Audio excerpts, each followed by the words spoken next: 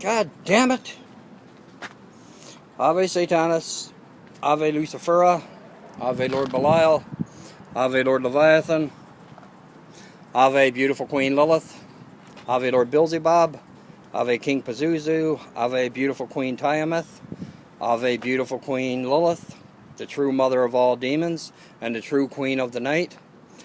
Ave Lord Beelzebub, Ave Lord Berith, Ave King Paimon, Ave King Pazuzu, Ave King Asmodeus, Ave King Asmodee, Ave to every true and wonderful and powerful demon and demoness that there are in existence. And believe you me, there are billions. Not just hundreds or thousands or, you know, I will say, or hundreds of thousands. I will say they are in the billions. And it would be impossible for anybody to try to name and calculate them all up, in my honest opinion. I think it would be impossible because there's too many and there's no way they're all going to let themselves be known by name. Not all of them. And plus we'd be a lifetime trying to do it anyway. And it wouldn't work out that well. Because you'd never get it done. It'd be a life's mission and you'd have to start it from the cradle right to the grave. And you'd have to hope that you live to be old to try to finish it, but you would never finish it. I don't think you would. Not personally anyway. Anyway, yeah, I was going to do this video on satanic altars and people doing rituals. People doing rituals, be it whether they're inside, and I've been there too. I've done a time, and I hate it every day. But I had to do what I had to do. And some people, you can do rituals while you're in jail. Satanic and demonic.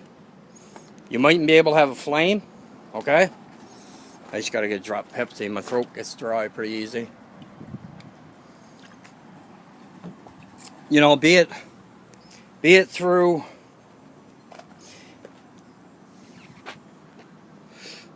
you know, you mightn't be able to have a fucking a big altar set up, which actually it won't be able to. Not in Canada anyway. Because they're too Zionized for that. But you're not even allowed to, I don't even think you're allowed even the Satanic Bible inside. I know I wasn't years ago. I tried to get it inside, but I couldn't. Which sucked, but it was what it was. But now, I don't know about now. Maybe now you can. But that being said, maybe, like I said, maybe now you can. But I'm pretty sure that I'd say now you can. Probably. I'd say it would, but there's also other ways of doing it too. Like, you don't have to have this big elaborate altar, man. It's to be a Satanist, or to be a demonolator, or a necromancer, or, you know, to do voodoo, hoodoo, you know, whatever your thing is, right? Be it Thestic Satanist, spiritual Satanist, Theistic Satanist, traditional Satanist, demonolatry, you know, whether you're a demonolator or not. You know, you don't have to have a big elaborate altar, man. Like, it's great to have if you can afford it. Like, if you can afford to have a house, you know, a half decent sized home, or even if it's just a bungalow, right? Or even if it's just like, say, a mobile home. You know what they call them? They call them mobile homes here in Canada. I can't remember the proper name, the proper name for them, right offhand. But anyway, that being said, you know, if you're lucky enough to be lucky enough and got the money enough to have a big elaborate, you know, have your basement all decked out. Like, if you got the money enough, and if you can afford it, I just gotta get a cigarette. If you got the money enough and if you can afford it, great. If you can, great. If you can afford to have a big fancy altar in your home, and have your basement all decked out as to being your altar, right? like have your basement like basically 90, a lot of your basement decked out as your altar. You you can put whatever you want in there, or whatever you feel that Father Satan or your patron demon or matron demoness is laying on you. You can you can do it up, man, however you want. But that being said, I know for a fact that you really don't need to have a great big expensive altar and a great big expensive things to have on your ornaments, for example, like skulls, stuff like that, your athame, your chalice, stuff like that. Like, if you can afford to have really expensive stuff, and if you can afford to have a big fucking room to your altar, be it a bedroom, be it just a big bedroom in your house or whatever, if you can afford, if you can afford that, great for you. But there's a lot of people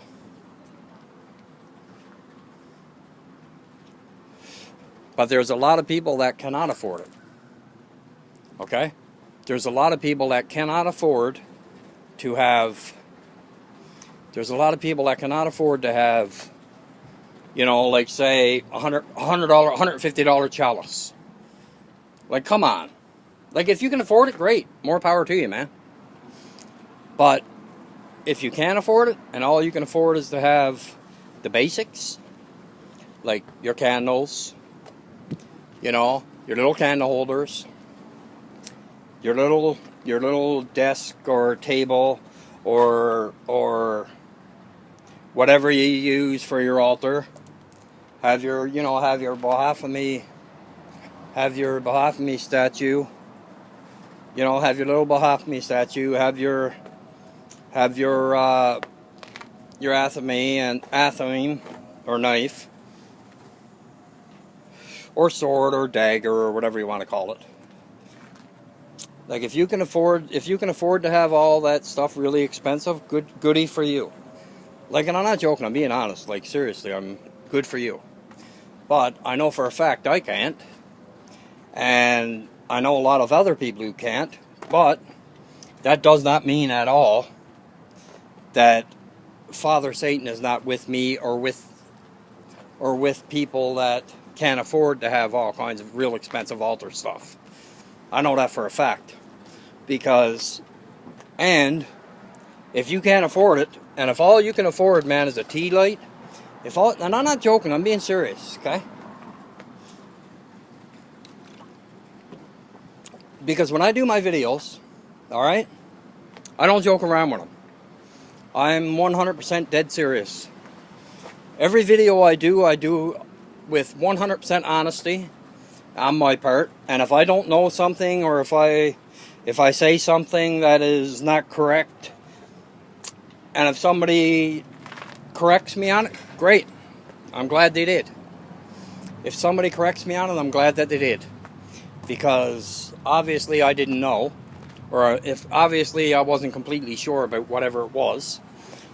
So somebody correct me on it if I say something that's not the way it's supposed to be. Right? I know people that really all they can... Well, I don't really know them personally, but I'm sure there are people that I'm friends with on social media that cannot afford to have, a full room in a basement of a home, a full basement for their sanctuary to do the rituals. I know I fucking well can't. And I'm not joking when I say that. I really can't. Like, I got a space put aside for my rituals.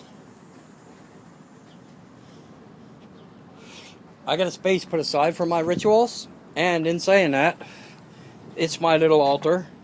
It's my altar. It's my sacred space. And not a thing goes around it, on it, or near it, unless it has to do with Father Satan and the demonic. If it does not have anything to do with the demonic or Father Satan, I I don't put it there. Or I don't put it above it on the wall. Because, you know, to me, putting other things that don't belong directly to your altar, or don't belong directly to Father Satan and the demonic, I think that's an insult to the demonic. And it's not showing them the total and 100%, or 600, as a great sister says, or 666% honesty, loyalty, love, and respect, and humility on our part. But that being said, people that are in the hospital or locked up, I know about the locked up part, and I know about the hospital part too, to be honest with you. Especially in the place that I live, there's no way in this world that I would be able to even try to have a ritual, unless it was just a quiet one by myself. You know, not like doing my mantras or my chants. You know, saying them very low, or just saying them in my mind. Now, that being said, obviously if you're in a hospital, you can't chant loud. Especially the demonic inns and stuff like that, because if you do, they'll think you're a nut job. Because they'll listen to you, and then they'll tell the doctor that's looking over, the doctor that's assigned to you, and then that doctor might end up telling fucking a psychiatrist, and having a psychiatrist to come down. Probably the doctor will ask you, is everything all right? And obviously you're going to say yes. And they'll come back and look at you. They'll send down a crisis worker or something like that, or they'll send down a fucking something like that, or they'll send down a person with either a crisis worker or a psychiatrist will come themselves if there's either one at the hospital. And with that, then you're fucking basically getting evaluated, whether you realize it or not. And then, of course, once they remove you from whatever physical problem that you had that got you laid up in bed in a hospital cot, then of course they'll work on you mentally.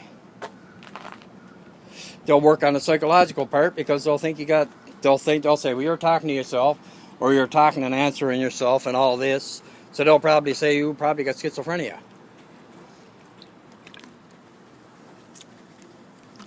They'll probably say you got schizophrenia, bipolar, and both of them together, schizophrenia and bipolar, they call schizoaffective if you have two of them. But then there's like schizoid personality disorder, schizoaffective, that's schizophrenia and bipolar together.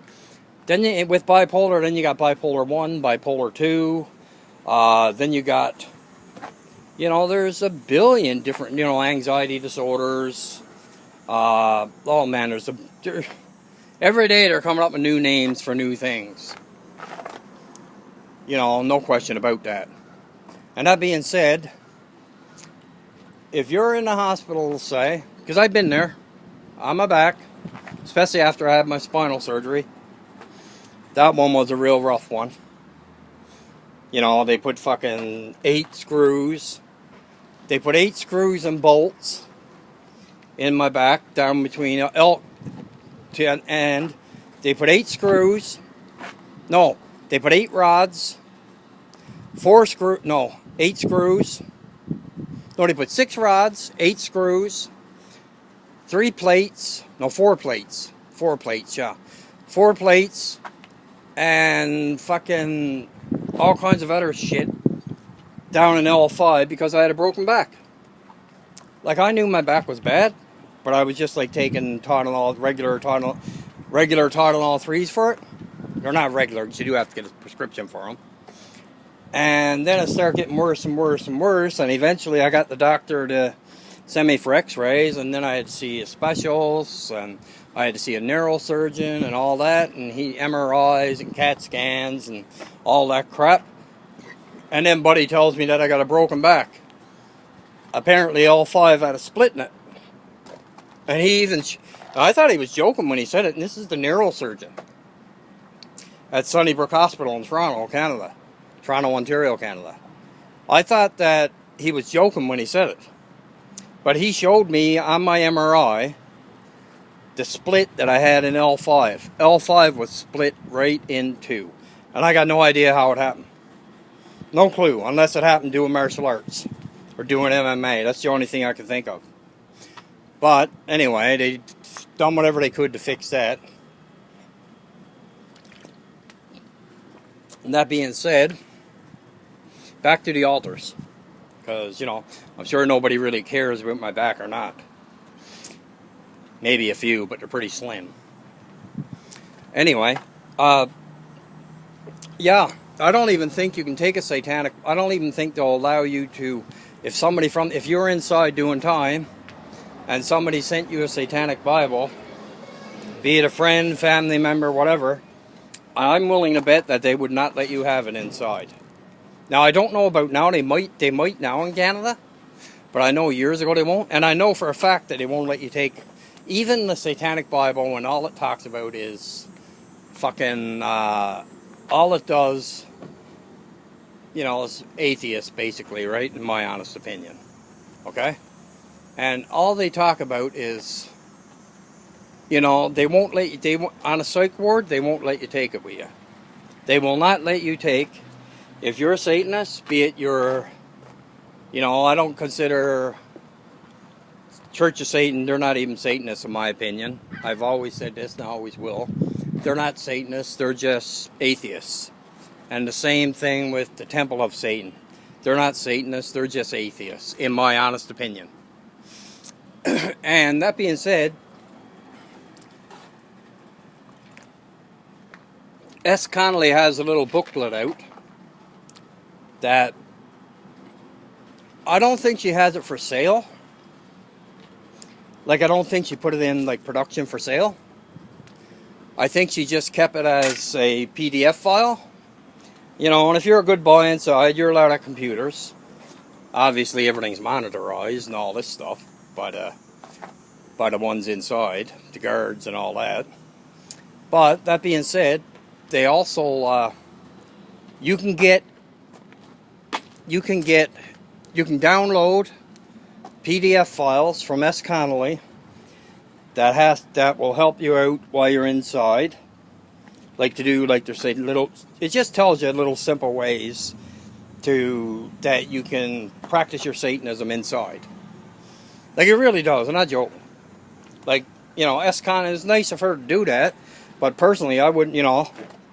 I'm surprised. I'm pretty sure she got a book. I'm pretty sure she probably got a book out of it too. I'm not sure. I'll check after, just for curiosity's sake, because it's bugging me now. But anyway, that being said, they, yeah, and it just shows you, like, use what's at hand. And if all you can do is use your mind is a very powerful thing. And I'm not joking, and it is very fucking humid here again today. Like, extremely humid. Yesterday it was 35. I don't know what the fuck it was today. Had to be more than 35 with humidity.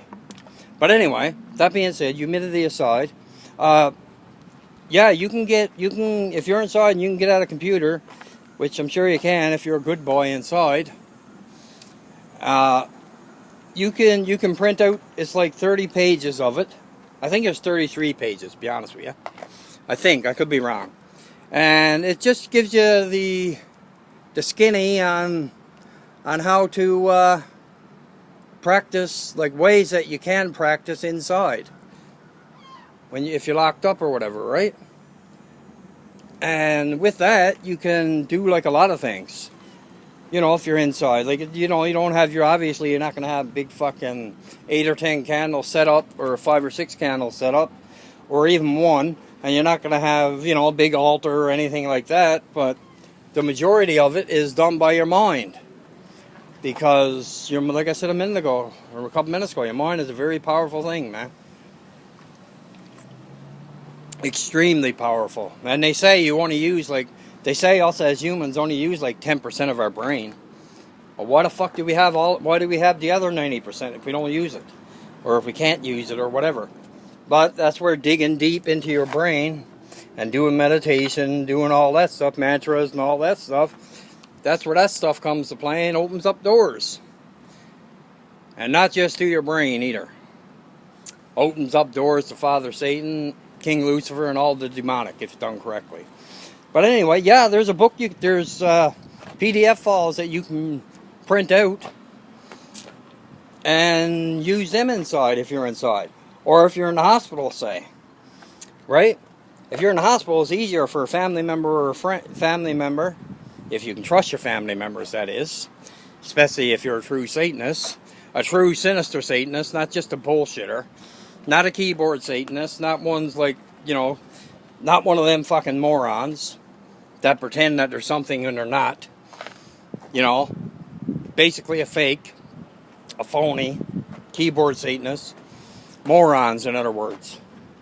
And that being said, she also has one for people with disabilities or people that are psychologically ill, or people that are have like, you know, are in a wheelchair and stuff like that.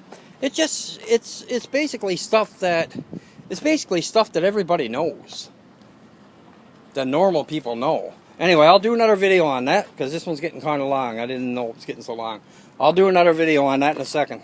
Ave Satanis, Ave Lucifera, Ave Lord Belial, Ave Lord Leviathan, Ave Beautiful Queen Lilith, Ave King Asmodeus, Ave King Asmodee, Ave Queen Tiamat, Ave King Pazuzu, Ave King Paimon, Ave Lord Maimon, Ave Lord Berith, Ave Lord Beelzebub, Ave Satanis. I love every one of my true 666% brothers and sisters. The fakes, the phonies, the wannabes, I really don't care what happened to you. I really don't. And I'll talk to you next, guys. Hail Satan.